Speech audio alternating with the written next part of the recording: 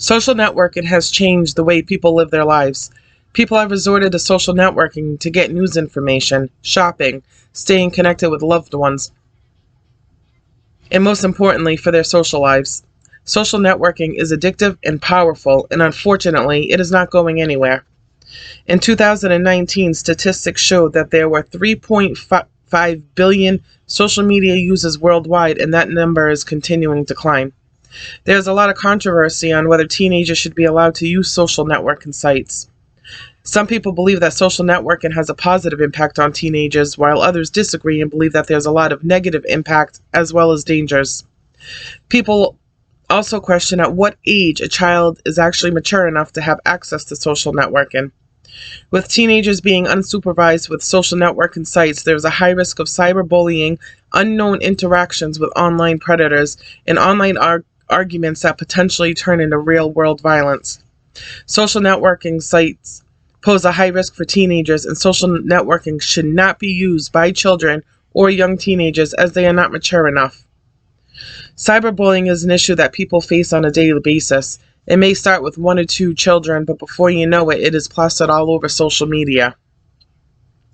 Children are being bullied for so many different reasons. They don't come from a wealthy family. They're wearing secondhand clothing. You have a child that's going through puberty and they have acne breaking out on their face. They're being bullied for their sexual orientation. Sadly, for whatever reason a child is being bullied, most of the information that the bully is getting is not even factual. You have cliques that find it amusing to bully kids, and they can get it out faster via social media, especially if they're a child with a large following. Lots of kids think that it's worse to be bullied online than in person. If you know somebody intends to sock you in the face in the schoolyard, you might be able to avoid them and take a different hallway, follow a different route home. But cyberbullying follows you wherever you go. To your new school, to your grandmother's house. And sadly, this is the truth. And social media is so powerful that the bullying can drag on forever and there is no escape.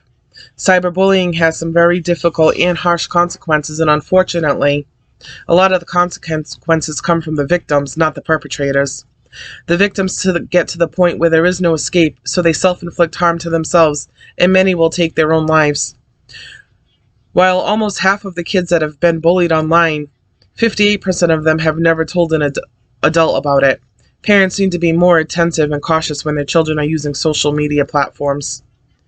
Sexual predators are using social networking sites to draw in teenagers to discuss sexually explicit material or meet them in person for sex. Teenagers can be very naive. They do not realize the dangers of meeting someone online until it is too late. A predator is not going to give their actual age, so they begin interacting with teenagers online. They are charmers, and they know what to say to capture the attention of their next victim.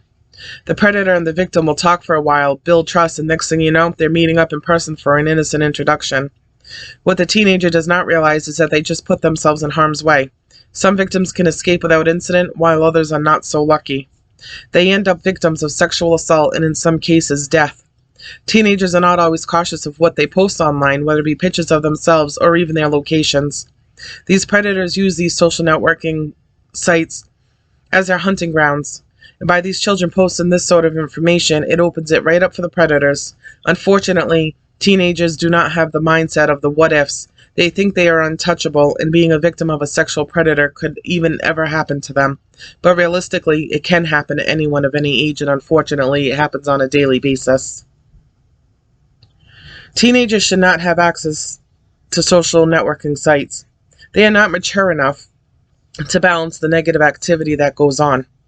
People agree that there is positivity on social networking. However, the negative outweighs the positive. Parents need to be more proactive in monitoring social networking activity with their children. No one is safe, and the mindset should be that no matter who you are, young or old, they could still potentially become a victim. Not all victims of social networking harm live to tell their stories, and that is a sad reality.